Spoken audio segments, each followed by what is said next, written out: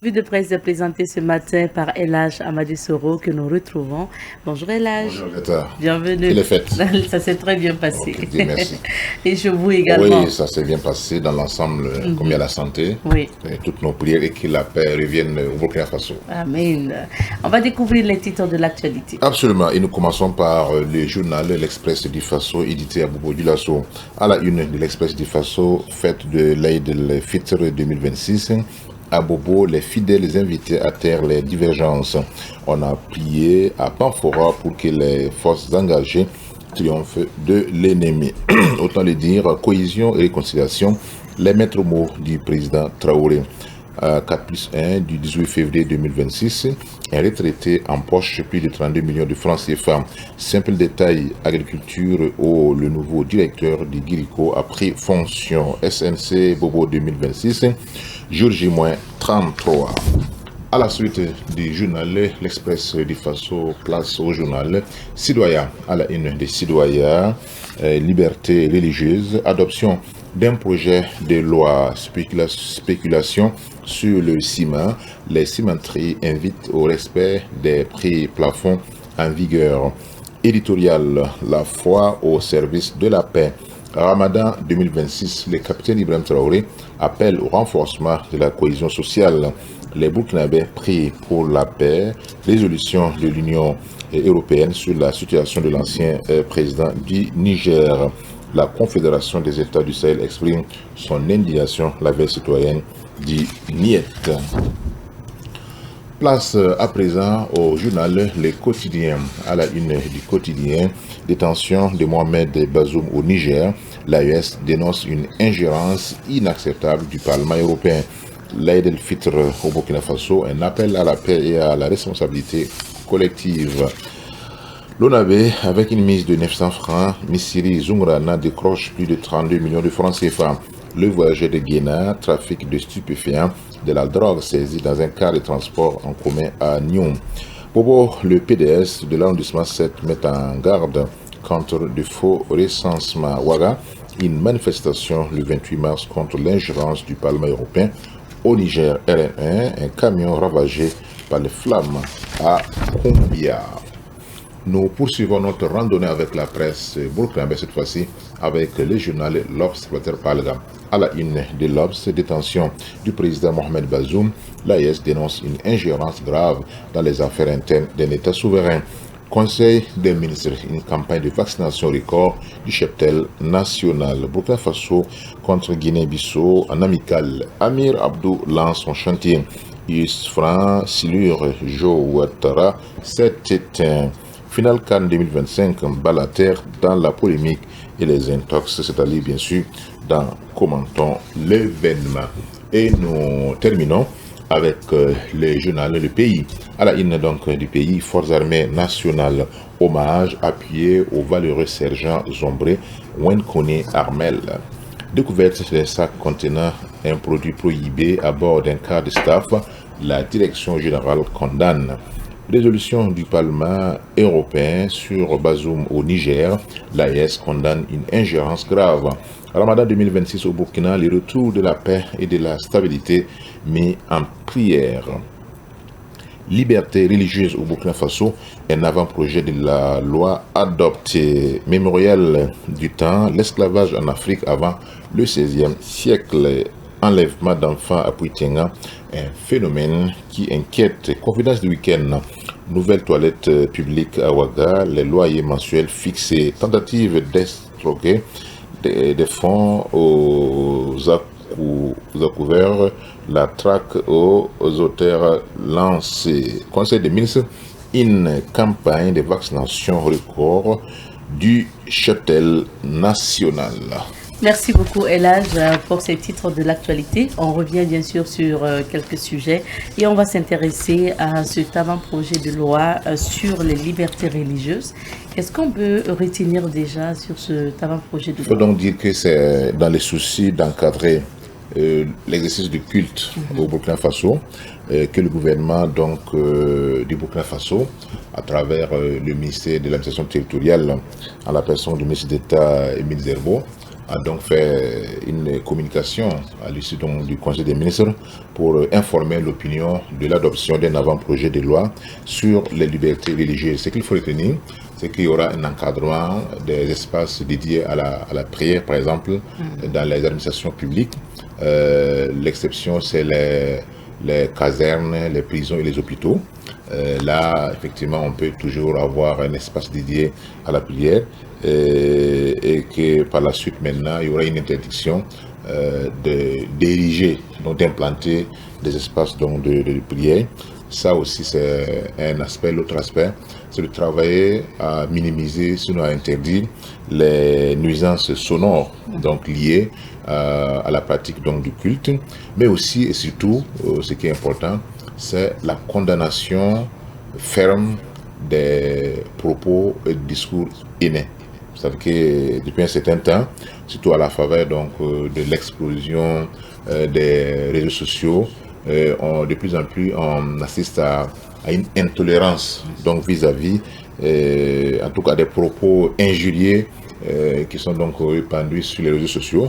Et donc l'avant-projet de loi, il faut donc dire que c'est même pas un projet, mais c'est un avant-projet de loi, donc vise effectivement à assainir cela.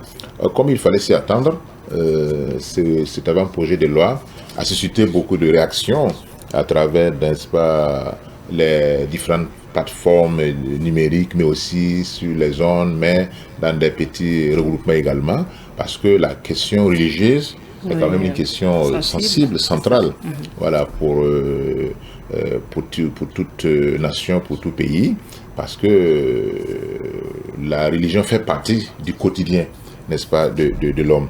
Donc chaque fois que l'État veut donc réguler cet espace-là, alors donc il faut s'attendre à ce qu'il y ait en tout cas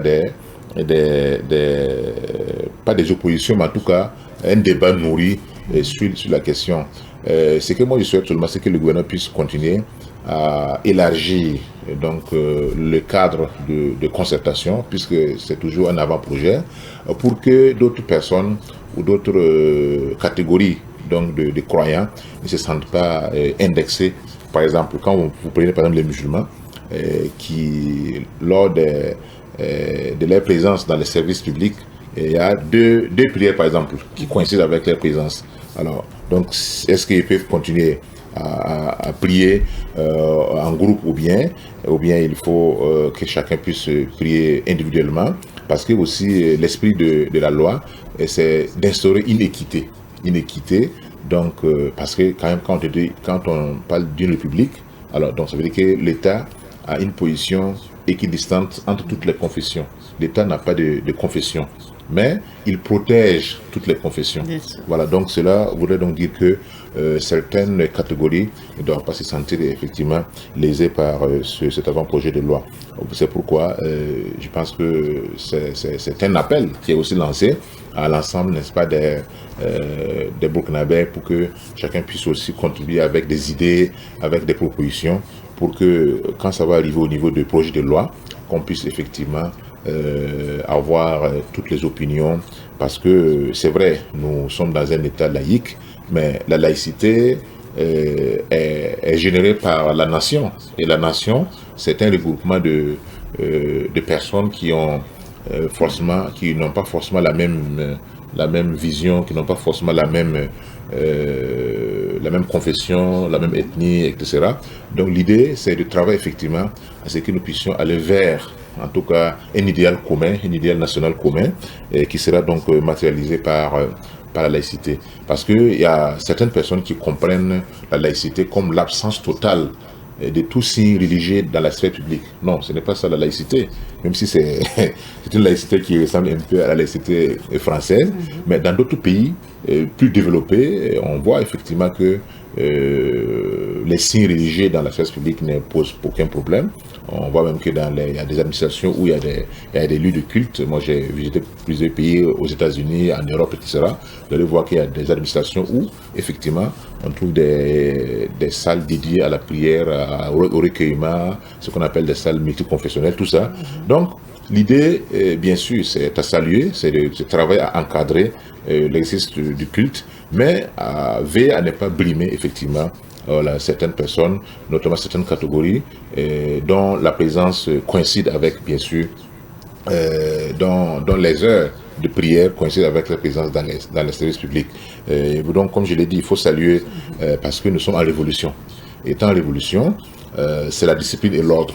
Donc je pense que ce qui a guidé le gouvernement, c'est la discipline et l'ordre. Il ne faut pas que cela soit vu ou perçu comme une tentative, en tout cas, d'étouffer la ferveur religieuse de certaines personnes.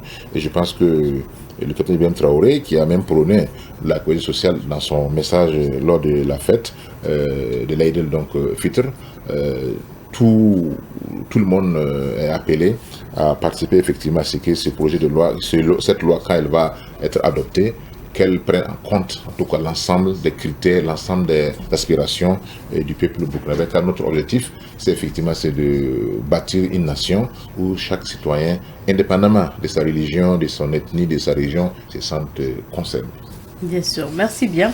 Et on espère justement que les réflexions vont se poursuivre. Absolument. Pour encore améliorer davantage ce projet de loi. On va passer à la pensée et au proverbe du jour.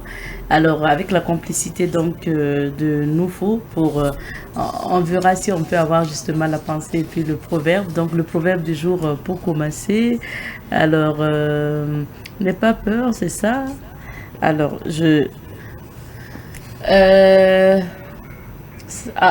fais peur, du moins ça fait peur au lion avant qu'il ne te fasse peur. Ah, ok. Oui. Fais peur au lion avant qu'il ne te fasse peur. Je pense que c'est un proverbe qui est succinct, mais qui est révélateur d'une pensée profonde. Oui. Ça veut dire que si on va prendre l'exemple de la situation actuelle entre l'Iran et la coalition américano-israélienne. Alors, avant même le début des hostilités, l'Iran avait déjà dit qu'il ne va pas se laisser faire. C'est vrai, on ne peut pas comparer la force militaire de l'Iran et des États-Unis, mais comme il se considère comme le lion, alors l'Iran va d'abord commencer à faire peur effectivement à ces lions-là, avant que le lion ne fasse peur à l'Iran. Et donc je pense qu'ici c'est pour dire que si vous savez que voilà, quelque chose vous dépasse, il faut prendre vos précautions. Voilà, pour que au moment venu, alors qu'il ne puisse pas avoir des répercussions difficiles et en tout cas insurmontables pour vous. D'accord. Donc, vaut mieux commencer. Tout à fait. La pensée du jour maintenant. Ok. Le début de phrase. La mort est un voyage où les affaires des voyageurs leur précèdent à la destination. La mort est un voyage. Les précèdent, voilà. La mort est un voyage où les affaires des voyageurs les précèdent à la destination. Voilà. Effectivement, c'est pour dire que quand on meurt, c'est qu'on aura accompli comme acte. Voilà, va nous dévancer. Puisque au jour de la résurrection, au jour donc, du jugement, c'est qu'on a déjà accompli sur terre. Alors on va les retrouver là-bas. Donc ça nous précède effectivement. C'est aussi un appel lancé à toute personne de travailler à avoir de bonnes œuvres, à faire de bonnes œuvres. Comme ça, même si vos bagages vous précèdent, alors certainement ce sera donc de très bons voyages, bagages plutôt. Faut pas qu'on trouve dans vos bagages ce qu'on a trouvé dans le car là. Voilà, des produits prohibés, et ça va pas effectivement être utile pour vous, être avantageux pour vous. Donc c'est un appel que le PCR nous lance pour que chacun puisse en tout cas de son vivant travailler à faire de bonnes œuvres, à poser de bons actes, comme ça même si ces actes-là nous précèdent, nous devancent donc dans l'au-delà, voilà, qu'il ne soit pas effectivement une source de souffrance pour nous, mais au contraire, en tout cas, une source du bonheur, car nous aurons l'assentiment du Créateur. Merci beaucoup, Elhadj, pour Merci cette analyse. Merci bien. On va maintenant découvrir les couleurs du temps. C'est parti pour la météo. Et juste après, nous retrouvons nos invités. Et je rappelle que nous recevons coach Simon Ouedraogo et son